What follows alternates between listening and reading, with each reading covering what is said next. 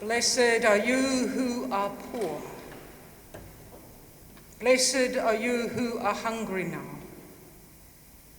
Blessed are you who weep now. Woe to you who are rich. Woe to you who are full now. Woe to you who are laughing now. How do we understand this now? Luke is quite concrete about this. The poor, the hungry, and those who are weeping are blessed now. Unlike Matthew, Luke doesn't spiritualize the plight of the poor and their poverty. Their relief is not deferred to the hereafter. If we were to put this text into its ancient Palestinian context, poverty might be understood as both an economic and a social reality. But essential to such understanding is the idea of limited goods.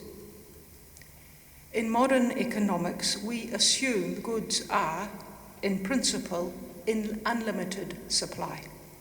If there is a shortage, we just make more. If one person gets more of something, it doesn't automatically mean that someone else gets less. It just means the factory has to work overtime to make more.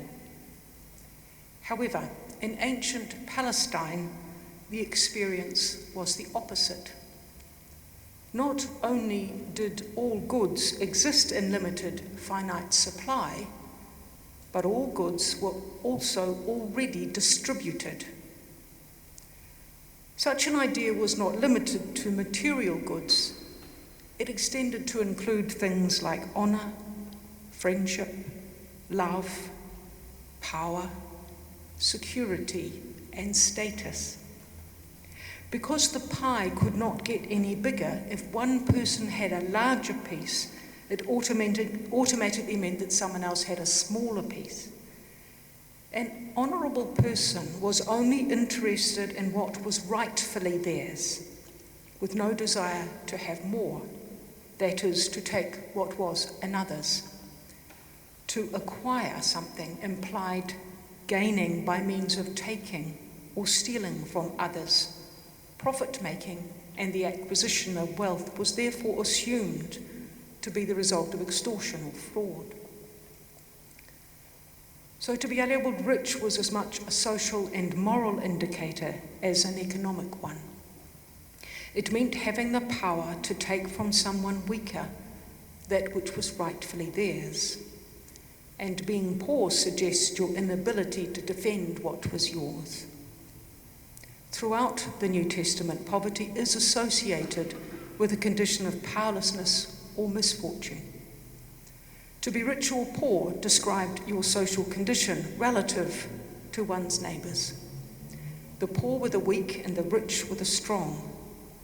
So in such a cultural context, blessed might mean how honourable. On the other hand, woe might imply how shameless. How honourable are you who are poor, hungry, who weep. How shameless you who are rich, who are full, who are laughing.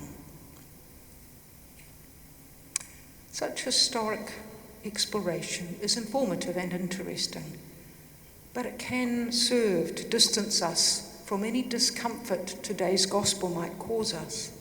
If we put it in a context that's so different and removed, it somehow absolves our responsibility to take seriously the challenge that it presents to us in our time and place. I mean, who wants to be poor? Who wants to be hungry? Who wants to weep? I doubt the poor, the hungry, or those who are weeping want to be that way. So what do the poor, the hungry, and those who weep have that the rich, the full, and those who laugh do not? Might I suggest nothing? But let us consider this nothing. A slight diversion to explore.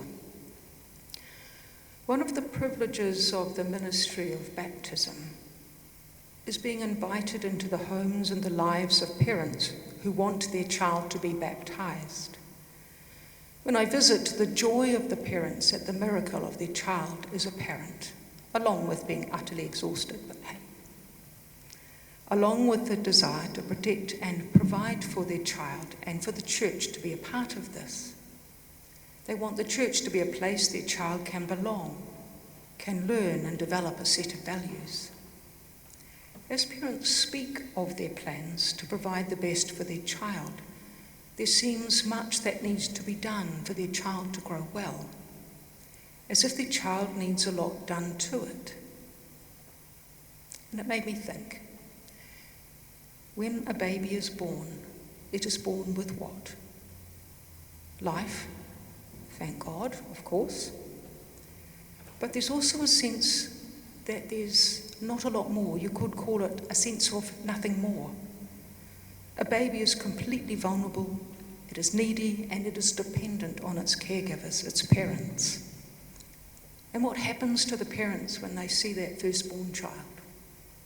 There is this incomprehensible upswell of love, and it makes them vulnerable also, as if that nothing need of the baby generates that response. So nothing seems to involve being defenseless and powerless and weak, as the poor were, as well as vulnerable, dependent, and in need. Well, this doesn't seem to be any much more attractive than poor, hungry, and weeping, does it? So how does our scriptural tradition deal with this idea of nothing? Well, Genesis opens, in the beginning God created the heavens and the earth. The earth was a formless void, and darkness covered the face of the deep. Formless void in the original Greek reads as tohu vavohu, literally an empty desert, an empty waterless land that awaits to be developed.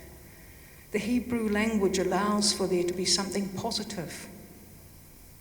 The English translation suggests an absence of chaos and mess. By virtue of the negative quality of such translation, this idea of creation from nothing evolved. So whether we read it as nothing or as empty desert, what our tradition intimates is that in that place is the hovering presence of divine creativity, of existence, the source of life, of God speaking the world into existence with a breath. That is where this resides. So nothing, defenseless, powerless, weak, vulnerable, dependent, in need. Oh, and divine creativity, existence, source of life, speaking existence into being. When we're rich, well-fed, and full of laughter, we exist in a way that presupposes power. The power of choice, of control, or at least of the right to have control. To remain in control, to be self-determining, we must also be self-protective. So the extent we can care for others is determined by what we can manage, whether that's financial, physical, emotional, or spiritual. To not manage is terrifying. For who are we if we are defenseless and powerless and weak and vulnerable and dependent and in need? The spectre of nothing looms. For all our being in control, for all our power and self-determination, the world does not seem to be becoming a better place. What if we who are rich, who are full, who are laughing now, had more of nothing in our lives? Let down our guard enough to risk facing what seems the formless void of nothing, wherein might also dwell the hovering presence of divine creativity that is breathing us into being. Learn to accept we are vulnerable and we are dependent. When we're poor, we know we are in need. When we're hungry, we are in need of food. When we're weeping, we are in need of relief. When we're in need, we know we are dependent on another. When we give, it's not something we do to another, it's something we share with each other, and the mutuality of benefit is mutual. Then each in our community, rich and poor, can participate in their rightful share of material goods, of honour and friendship and love and security and power and status, and therefore live as those that God's breath is speaking into being. We can't transform the world by trying harder, any more than we can make God love us more by doing better. Can we risk living our lives in a different way? Living present to this nothing of God's presence, insisting in the potential of this to transform who and how we are and how the world can be. We're changing the world is not all up to us, not all about what we think we should do. Rather, change happens when we are vulnerable and open and willing to cooperate with God and with each other. The way our world is, it seems to me, what do we have but nothing to lose?